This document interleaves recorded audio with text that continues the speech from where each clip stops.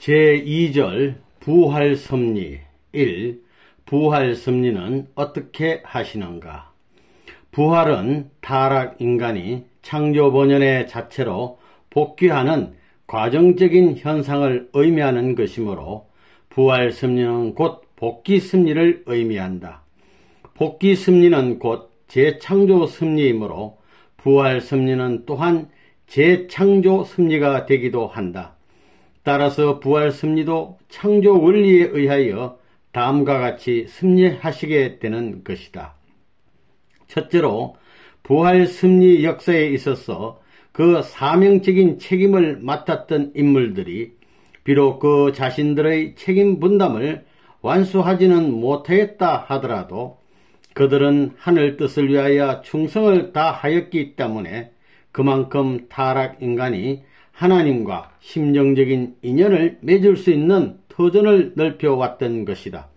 따라서 후대의 인간들은 역사가 흐를수록 그 이전의 선지선열들이 쌓아 올린 심정적인 기도로 말미암아 복귀섭리의 시대적인 혜택을 더 받게 되는 것이다. 따라서 부활섭리는 이러한 시대적인 혜택에 의하여서 이루어지게 된다. 둘째로 창조 원리에 의하면 하나님의 책임 분담으로서 창조된 인간은 그 자신의 책임 분담으로서 하나님이 주신 말씀을 믿고 실천하게 될 때 비로소 완성하도록 창조되어 있는 것이다.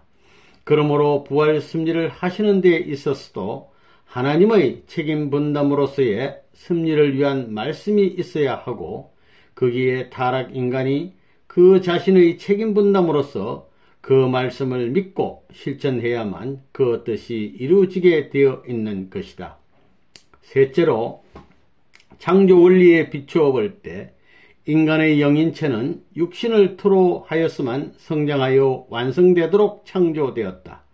따라서 복귀섭리에 의한 영인체의 부활도 역시 지상의 육신 생활을 중심하고서만 이루어지게 되어 있다.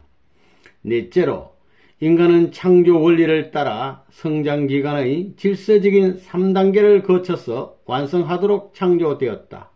그렇기 때문에 타락인간에 대한 부활섭리도 그 섭리기간의 질서적인 3단계를 거쳐서 완성하게 되어 있는 것이다. 2. 지상인에 대한 부활섭리 1. 부활기대섭리 하나님은 아담 가정에서부터 부활섭리를 하기 시작하셨다. 그러나 그 뜻을 받들고 나선 인물들이 책임분담을 완수하지 못함으로써 그 섭리는 연장되어 나오다가 2000년 후에 믿음의 조상 아브라함을 찾아 세움으로부터 비로소 그것이 이루어지기 시작하였던 것이다. 따라서 아담으로부터 아브라함에 이르기까지의 2000년 기간은 결과적으로 다음 시대에 들어 부활섭리를 하실 수 있는 기대를 조성한 시대가 되었다. 그러므로 이 시대를 부활기대섭리 시대라고 한다. 2. 소생부활섭리 부활섭리가 이루어지기 시작한 아브라함 때로부터 예수님에 이르기까지의 2000년 기간은 소생부활섭리를 해 나오셨다. 따라서 이 시대를 소생부활섭리 시대라고 한다. 이 시대에 있어서의 모든 지상인들은 하나님의 소생부활섭리에 의한 시대적인 혜택을 받을 수 있었다.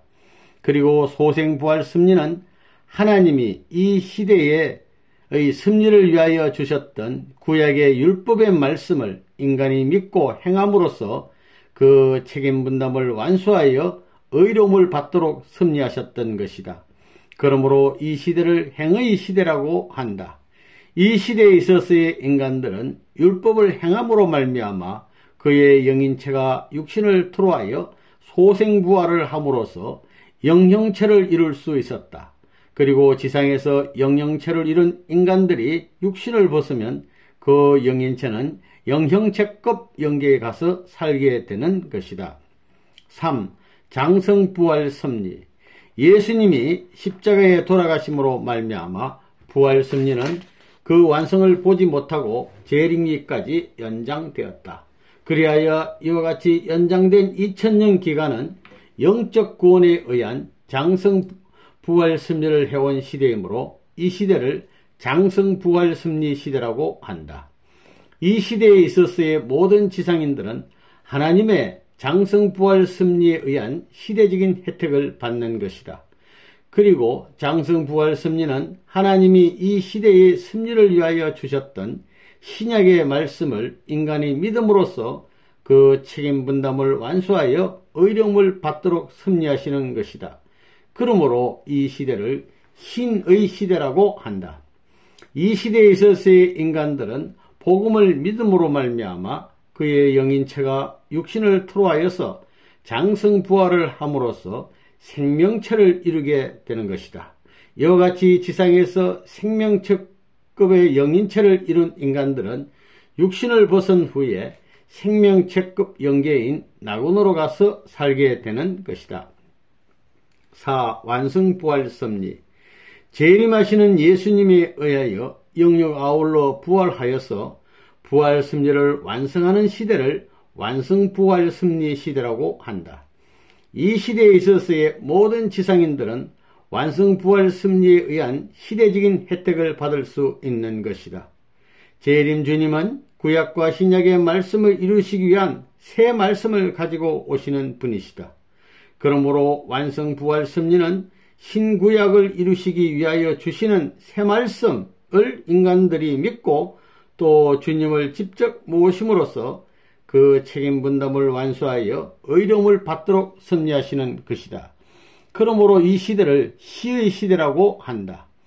이 시대에 있어서의 인간들은 재림 주님을 믿고 모심으로 말미암아 영육 아울러 완전히 부활되어 그의 영인체는 생명체를 이루게 된다.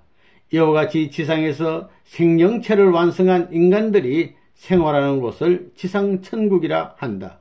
그리고 지상천국에서 생활하던 완성한 인간이 육신을 벗으면 생명체의 영인으로서 생명체급의 영계인 천상천국으로 가서 살게 되는 것이다. 5. 천국과 낙원. 이제까지의 기독교 신도들은 원리를 몰랐기 때문에 낙원과 천국을 혼동해왔다. 예수님이 메시아로서 지상에 강림하셨던 목적이 완성되었더라면 그때 이미 지상천국은 이루어졌을 것이었다. 그리고 이 지상천국에서 생활하던 완성한 인간들이 육신을 벗고 생명체를 완성한 영인체로서 영계에 갔더라면 천상천국도 그때에 이루어졌을 것이었다. 그러나 예수님이 십자가에 돌아가심으로 말미암아 지상천국이 이루어지지 않았기 때문에 지상의 생명체를 완성한 인간은 나타나 보지도 못하고 말았다. 따라서 오늘날까지 생명체의 영인들이 생활하도록 창조된 천상천국에 들어간 영인은 하나도 없다. 그렇기 때문에 천상천국은 아직도 그대로 비어있는 것이다. 이것은 곧 그 주민이 되어야 할 인간을 중심 삼고 보면 아직 천상천국이 완성되지 않았다는 이야기도 된다. 그러면 어찌하여 예수님은 자기를 믿으면 천국에 들어간다고 하셨던가? 그것은 예수님이 지상에 오셨던 본래의 목적이 어디까지나 천국을 이루시려는 데 있었기 때문이었다. 그러나 예수님은 유대인들의 불신으로 말미암아 지상천국을 이루지 못하시고 십자가에 돌아가셨다. 당시의 모든 사람들이 그렇듯 끝내 믿어주지 않았던 그 가운데서 자신을 믿어준 오직 한 사람이었으며 십자가의 동반자였던 강도에게 예수님은 함께 낙원에 들어갈 것을 허락하셨던 것이다. 결국 예수님은 메시아로서의 사명을 완수할 수 있는 소망적인 과정에서는 천국에 들어갈 것을 강조하셨지만 이 뜻을 못 이루시고 떠나시는 십자가의 죽음길에 임해서는 실상 낙원에 들어갈 수밖에 없게 된 사실을 표명하셨던 것이다. 낙원은 이렇듯 지상에서 예수를 믿음으로써 생명체급의 영인체를 이루어가지고 육신을 벗고 간 영인들이 천국문이 열릴 때까지 머물러 있는 영계를 말하는 것이다. 6. 말세에 일어나는 영적인 현상. 장성기 완성급에서 타락되었던 인간이 복귀 심리에 의하여 소생구약 시대를 지나 장성 신약 시대의 완성급까지 복귀되어 인간 시조가 타락되기 전의 입장으로 돌아가는 시대를 말세라고 한다. 이 시대는 아담과 헤아가 타락되기 직전 하나님과 일문일답하던 그때를 세계적으로 복귀하는 시대이므로 지상에는 영통하는 사람들이 많이 나타나게 되는 것이다. 말세에 하나님의 영을 많이 부어주심하고 약속하셨던 것은 바로 이러한 원리적인 근거에 의해 성한 그 이유가 해명되는 것이다. 말세에는 너는 주라는 계시를 받는 사람들이 많이 나오게 된다. 그리고 흔히 이러한 사람들은 자기가 재림주인 줄로 알고 바른 길을 찾아가지 못하게 되는 경우가 많은데 그 이유는 어디에 있는가? 원래 하나님은 인간을 창조하시고 그에게 피조 세계를 주관하는 주가 되라고 축복하셨다. 그러나 인간은 타락으로 말미암아 이러한 하나님의 축복을 이루지 못하고 말았던 것이다. 그런데 타락 인간이 복귀 승리에 의하여 장성기의 완성끝까지 영적으로 복귀되어서 아담과 헤아가 타락하기 직전의 입장과 맞먹는 심령 기준에 달하게 되면 하나님이 그들에게 피조세계의 주가 되라고 축복하셨던 그 입장을 복귀했다는 뜻에서 너는 주라는 계시를 주시는 것이다. 말세에 들어서 이와 같이 너는 주라는 계시를 받을 수 있을 정도로 신앙이 독실한 성도들은 예수님 당시에 그의 앞길을 곱게 하기 위한 사명을 가지고 왔던 세례 요한과 마찬가지 입장에 서게 된다. 따라서 그들에게도 각자의 맡은 바 그 사명 분야에 있어서 재림하실 예수님의 앞길을 곱게 해야 하는 사명이 주어져 있는 것이다. 이러한 의미에서 그들은 각자의 사명 분야에서 재림 주님을 위한 시대적인 대신 사명자로 택함받은 사람들이기 때문에 그들에게도 주라는 계시를 내려주시는 것이다. 영통인들이 너는 주라는 계시를 받았을 때 이와 같은 원리적인 사정을 알지 못하여 자기가 재림주인 것으로 잘못 알고 행동하다가는 그는 반드시 적 그리스도의 입장에 서게 된다. 말세에 적 그리스도가 많이 나타나리라고 예언하신 이유는 실상 여기에 있는 것이다. 영통인들은 모두 제각기 통하고 있는 영계의 계희와 계시의 내용이 서로 다르기 때문에 피차가 상충적인 혼란 속에 빠지게 되는 것이 보통이다. 영통인들은 사실상 모두 동일한 영계를 찾아 나아가고 있는 것이지만 그것을 대하고 있는 각자의 환경, 위치, 특성, 지능, 심능의 정도 등이 서로 다르기 때문에 각자에게 나타나는 영계도 각각 다른 모양으로 인식되어 상충을 일으키게 되는 것이다. 복귀 섭리의 뜻을 받들고 나아가는 사람들은 각각 섭리의 부분적인 사명을 담당하고 하나님과 종적인 관계만을 맺고 있기 때문에 다른 영통인과의 행적인 관계를 알지 못하게 된다. 따라서 각자가 받들고 나아가는 하늘의 뜻이 각각 다른 것 같이 여겨져서 상충 역사가 일어나게 되는 것이다. 더욱이 하나님은 각자로 하여금 복귀 섭리의 목적을 달성케 함에 있어서 그들이 제만큼 최선을 다할 수 있도록 격려하시기 위하여 너가 제일이라는 계시를 주시기 때문에 행적인 상충을 면치 못하게 된다. 그리고 그가 맡은 부분적인 사명 분야에 있어서는 사실상 그가 제일이기 때문에 이러한 계시를 내리시기도 하는 것이다. 한편 독실한 신앙자들이 아담과 헤와의 타락 직전의 심령 기준까지 성장하여 영통하게 되면 아담과 헤와가 넘지 못하고 타락한 것과 같은 시험으로 인하여 타락되기 쉬운 입장에 처하게 된다. 따라서 원리를 모르는 한 이러한 입장을 극복하기란 대단히 어려운 것이 사실이다. 오늘에 이르기까지 많은 도인들이 이 시험의 고비를 넘지 못하고 오랫동안 수도한 공적을 일조일석에 허사로 돌려보내곤 한 것은 참으로 애석한 일이라 아니할 수 없는 것이다. 그러면 영통인들의 이러한 혼란을 어떻게 하면 막을 수 있을 것인가? 하나님은 복귀 섭리의 목적을 빨리 이루시기 위하여 그 섭리의 과정에 있어서 부분적인 사명을 수많은 사람들에게 분담시켜 그 개체들을 종적으로만 대하여 나오시기 때문에 위에서 논한 바와 같이 모든 영통인들은 상호간의 횡적인 상충을 면하기 어렵게 되어 있는 것이다. 그러나 결국 역사의 종말기에 이르면 그들 각자의 사명이 모두 복귀 승리의 동일한 목적을 위하여 하나님께로부터 분담되어진 것임을 다 함께 깨닫고 서로 횡적인 관계를 맺음으로써 하나로 결합하여 복귀 승리의 전체적인 목적을 이루게 하시는 새로운 새 진리의 말씀을 주시게 되는 것이다. 그때의 모든 영통인들은 자기 것만이 하나님의 뜻이라고 해온 고집을 버리고 보다 고차적이며 전체적인 진리의 말씀 앞에 나와 자기 자신의 승리적인 사명과 위치를 바로 깨달아야만 횡적인 상충에서 일어났던 지난날의 모든 혼란을 극복할 수 있는 동시에 각자가 걸어온 신앙 노정에 대한 유증의 미를 거둘 수 있게 될 것이다. 7. 첫째 부활.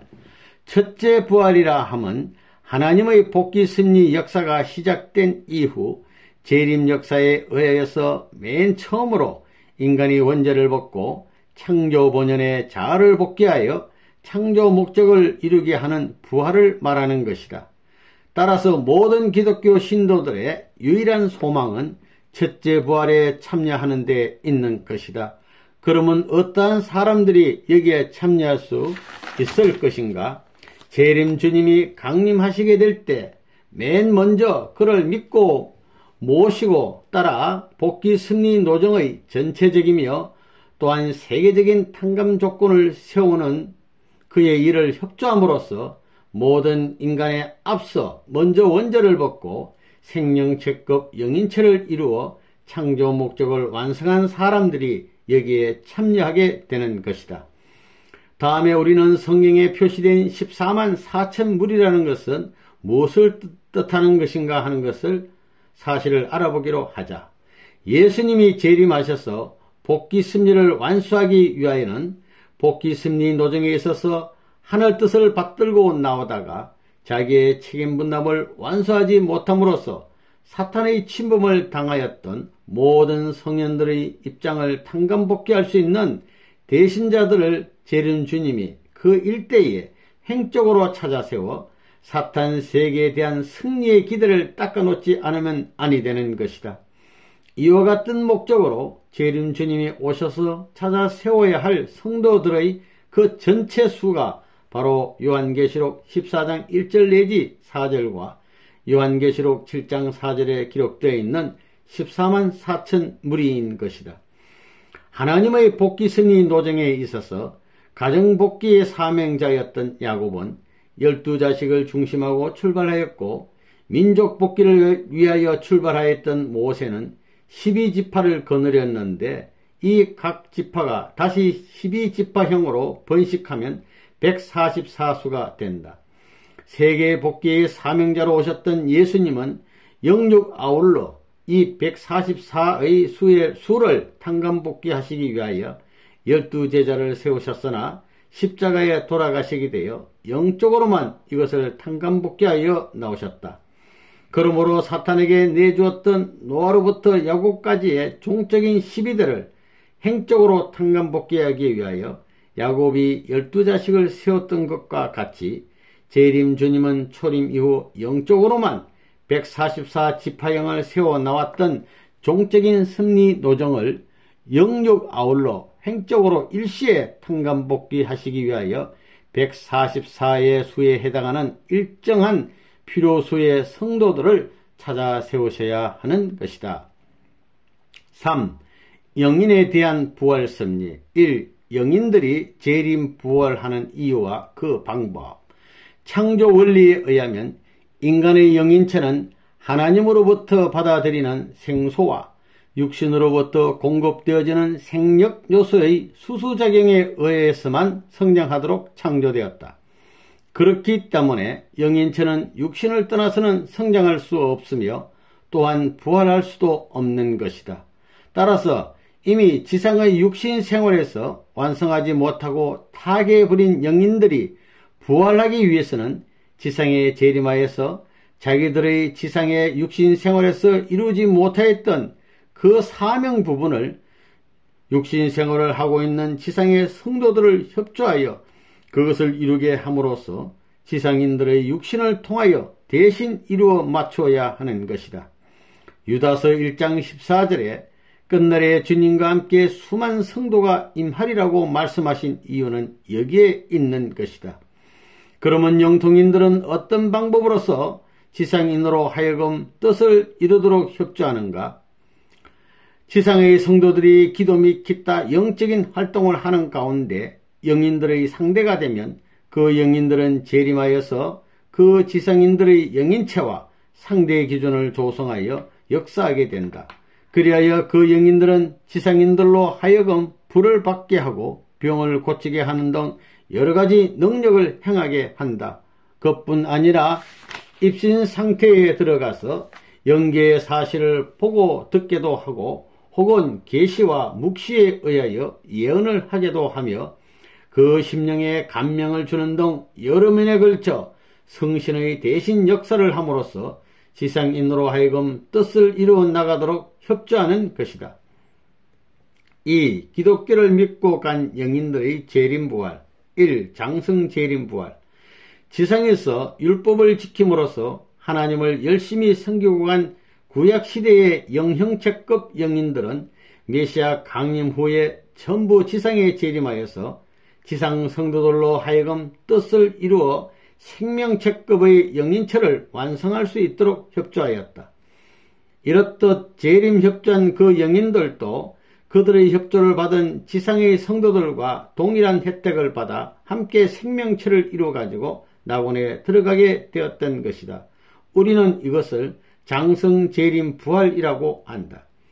이에 관한 신뢰를 성경 가운데 들어보기로 하자. 마태복음 17장 3절에 엘리야가 영인체로서 예수님과 그의 제자들 앞에 나타난 데 대한 기록이 있는 것을 보면 엘리야는 그대로 영계에 있는 것이 확실하다. 그런데 마태복음 17장 12절을 보면 예수님은 지상에서 생활하고 있는 세례 요한을 가리켜 엘리야라고 하신 것이다.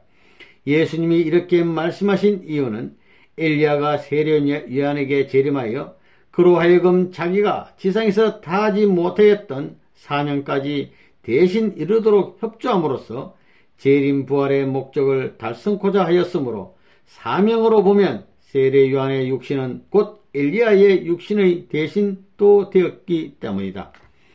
한편 마태복음 27장 52절을 보면 예수님이 십자가에 돌아가실 때 무덤에서 자고 있던 성도들이 많이 일어났다고 기록되어 있다. 이것은 흙 속에서 이미 썩어 없어져 버린 그들의 육신이 다시 원상태로 육신을 쓰고 일어났다는 것을 말한 것이 아니다. 그것은 어디까지나 영형체급의 영인체로서 영계에 머물러 있었던 구약시대의 영인들이 예수님의 십자가 대속의 혜택 끝내에 있는 지상 성도들에게 생명체를 이룰 수 있도록 협조함으로써 그들을 힘입어 자기들도 함께 생명체를 이루기 위하여 영적으로 재림한 것을 보고 기록한 것에 불과하다. 만일 성경의 문자대로 구약시대의 영인들이 무덤에서 육신을 쓰고 다시 일어났다고 하면 그들은 반드시 예수님이 메시아라는 사실을 증거해야 했을 것이니 무덤에서 일어난 성도들이 증거하는 예수님을 메시아로 믿지 않을 유대인이 어디 있었을 것인가? 그리고 이러한 성도들에 관한 사적은 반드시 성서에 남아있을 것이다. 그러나 그들이 무덤에서 일어났다는 사실밖에는 아무런 기록도 남아있지 않다. 이것으로 미뤄보아도 무덤에서 일어났다고 기록되어 있는 그 성도들은 영안이 열린 신도들만이 잠깐 동안 볼 수 있었던 영인들이었다는 것을 알 수 있다. 예수님의 십자가의 대속에 의해서 갈 수 있는 낙원에 비교해 볼 때 구약시대의 영인들이 머물러 있던 곳은 보다 어둡고 괴로운 세계이기 때문에 이것을 무덤이라고 하였던 것이다. 이 완성재림 부활. 신약시대의 지상에서 예수님을 믿고 낙원으로 간 생명체급의 영인들은 메시아가 재강림하신 후 전부 지상에 재림하게 된다. 그리하여 그 영인들은 지상의 성도들로 하여금 재림하신 예수님을 믿고 모시어 생명체급의 영인체를 완성할 수 있도록 협조함으로써 그들도 동일한 혜택을 받아서 생명체를 이루게 되는 것이다. 그리하여 이 지상의 성도들이 육신을 벗고 천국으로 들어가게 될 때에 그 영인들도 그들과 함께 천국으로 들어가게 되는 것이다. 이러한 부활섭리를 완성 재림 부활섭리라고 한다. 이와 같은 섭리를 두고 볼 때에 영인들이 지상인들을 협조하는 것은 말할 것도 없고 결과적으로 보아 지상인들도 영인들의 부활 역사를 협조한다는 사실을 우리는 또한 알 수 있게 되는 것이다.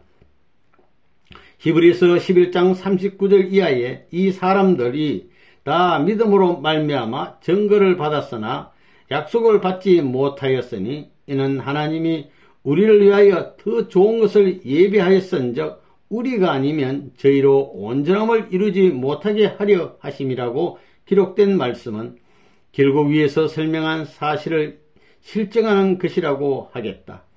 즉 이 구절은 영계에 있는 모든 영인들은 지상인의 협조를 받지 않고서는 완성할 수 없다는 원리를 증거한 것이다. 마태복음 18장 18절에 기록된 바 무엇이든지 너희가 땅에서 매면 하늘에서도 매일 것이요 무엇이든지 땅에서 풀면 하늘에서도 풀리리라고 하신 말씀도 결국 지상 성도들이 풀어주지 않으면 영인들에게 맺혀진 것이 풀리지 않는다는 것을 밝히신 것이었다. 이와 같이 영인들은 지상의 성도들에게 재림하여서 그를 협조함으로써만 부활하도록 되어 있기 때문에 마태복음 16장 19절에서 보는 바와 같이 천국문의 열쇠를 지상 성도들의 대표로 베드로에게 주시어 그로 하여금 천국문을 지상에서 열도록 하셨던 것이다. 3. 낙원 이외의 영인들의 재림 부활. 먼저 기독교 이외의 타 종교를 믿고 간 영인들은 어떻게 하여서 재림 부활하는가를 살펴보기로 하자. 인간들끼리 어떠한 목적을 공동으로 이루려면 반드시 서로 상대 기준이 조성되어야 하는 것과 같이 지상인간과 영인들도 공동으로 복귀 섭리의 한 목적을 이루기 위해서는 서로 상대 기준을 조성하지 않으면 아니 된다. 그러므로 부활을 위하여 재림하는 영인들은 자기들이 지상에 생존하였을 때 신봉하였던 것과 같은 종교를 믿고 있는 지상인 중에서 그 대상이 될 수 있는 신도를 택하여 가지고 그에게 재림한다. 그리하여 복귀 섭리의 목적을 이루어 나갈 수 있도록 그들을 협조함으로써 마침내 그들과 동일한 혜택을 받게 되는 것이다.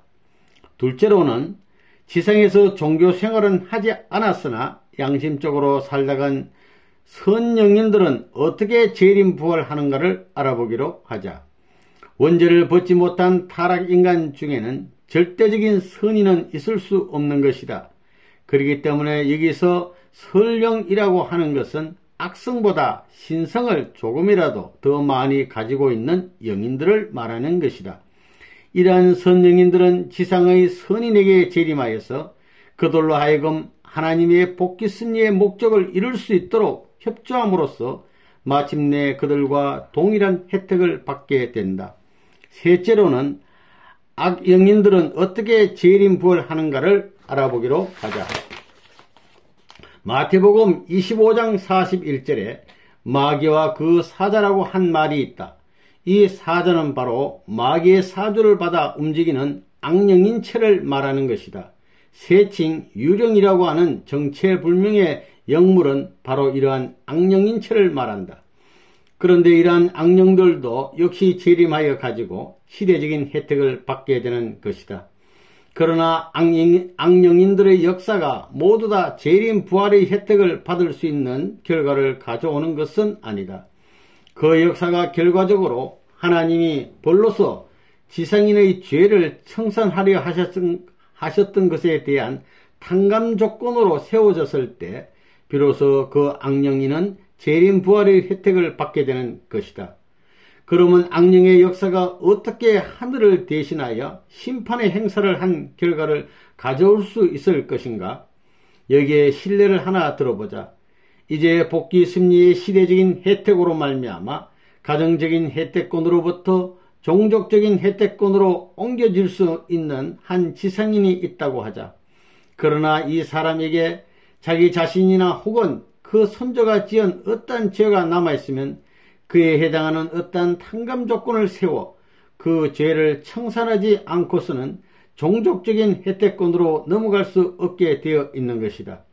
이때에 하늘은 악령인들로 하여금 그 죄에 대한 벌로서 이 지상인에게 고통을 주게 하는 역사를 하게 하신다.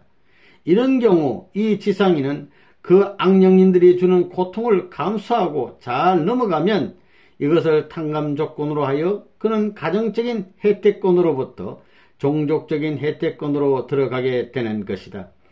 이때 그에게 고통을 주었던 악령인도 그에 해당하는 혜택을 받게 된다.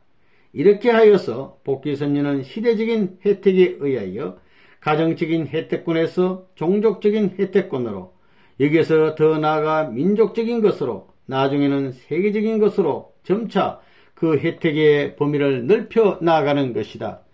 그리하여 새로운 시대적인 혜택권으로 넘어갈 때마다 그 섭리를 담당한 인물은 반드시 그 자신이나 혹은 그 손조들이 지은 죄에 대한 탕감 조건을 세워서 그것을 청산하지 않으면 아니 된다.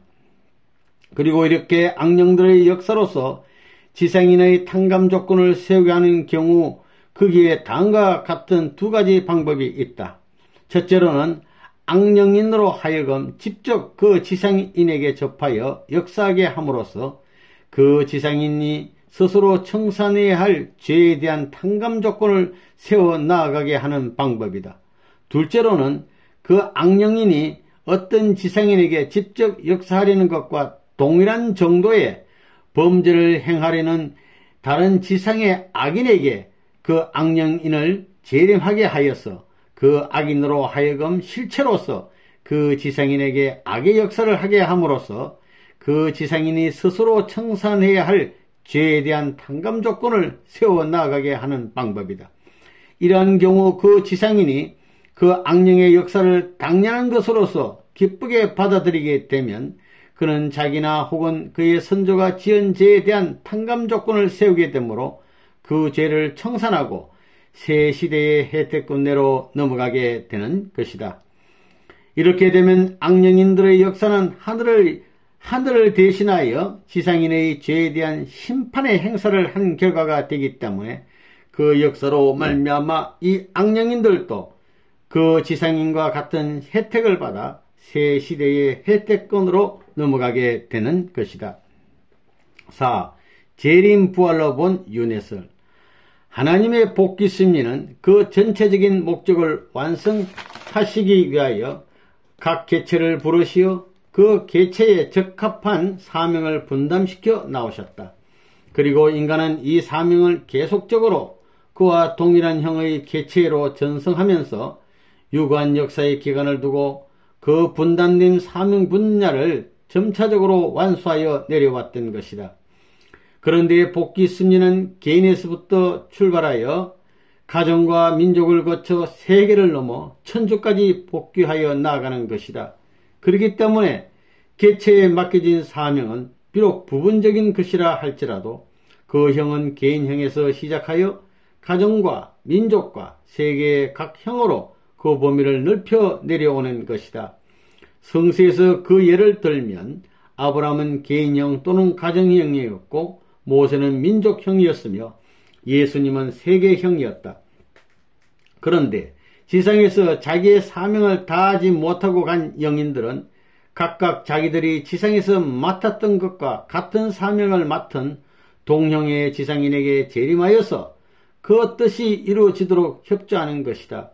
이때 그 협조를 받은 지상인은 자기 자신의 사명도 이루어 나아가는 동시에 자신을 협조하는 영인의 사명까지도 대신 이루어주는 것이 되기 때문에 사명을 중심하고 보면 그 지상인의 육신은 그를 협조하는 영인의 육신이 되기도 하는 것이다. 이와 같이 되면 그 지상인은 그를 협조하고 있는 영인의 재림자가 되는 것이므로 그 지상인은 흔히 그를 협조하는 영인의 이름으로 대칭되곤 하는 것이다. 여기에서 그 지상인은 흔히 그 영인이 윤회 환성한 실체인 것 같이 나타나게 되는 것이다. 성서에서 이에 관한 예를 들어보면 세례 요한은 엘리야의 협조를 받아서 그의 뜻을 세워 나아갔기 때문에 그는 엘리야가 지상에 있을 때 다하지 못했던 사명까지 다해 주어야만 했었다. 따라서 세례 요한의 육신은 엘리야의 육신을 대신하는 것이기도 하였으므로 예수님은 세례 요한을 엘리야라고 하셨던 것이다. 말세에 있어서 세계형의 분담 사명을 맡은 지상인들은 각각 과거에 그와 동형의 사명을 띠고 왔다간 모든 영인들의 책임 분담을 다 계승하여 완수해야만 될 입장에 있다. 따라서 그 모든 영인들은 그 지상인들에게 재림하여 그를 협조함으로써 그들이 지상에 있을 때 다하지 못하였던 사명을 완수하게 되는 것이다. 그렇기 때문에 그 영인들의 협조를 받는 지상인은 그를 협조하는 모든 영인들의 재림자요. 따라서 그 지상인은 그 모든 영인들이 환생한 것 같이 보여지는 것이다. 끝날에 자기가 재림 예수요, 미륵불이요, 석가요, 공자요, 혹은 감람나무, 혹은 생명나무라고 자처한 사람들이 많이 나오게 되는 이유는 여기에 있는 것이다. 불교에서 윤회의 환상을 주장하게 된 것은 이와 같은 재림 부활의 원리를 모르고 다만 그 나타나는 결과만을 보고서 판단하였기 때문이다.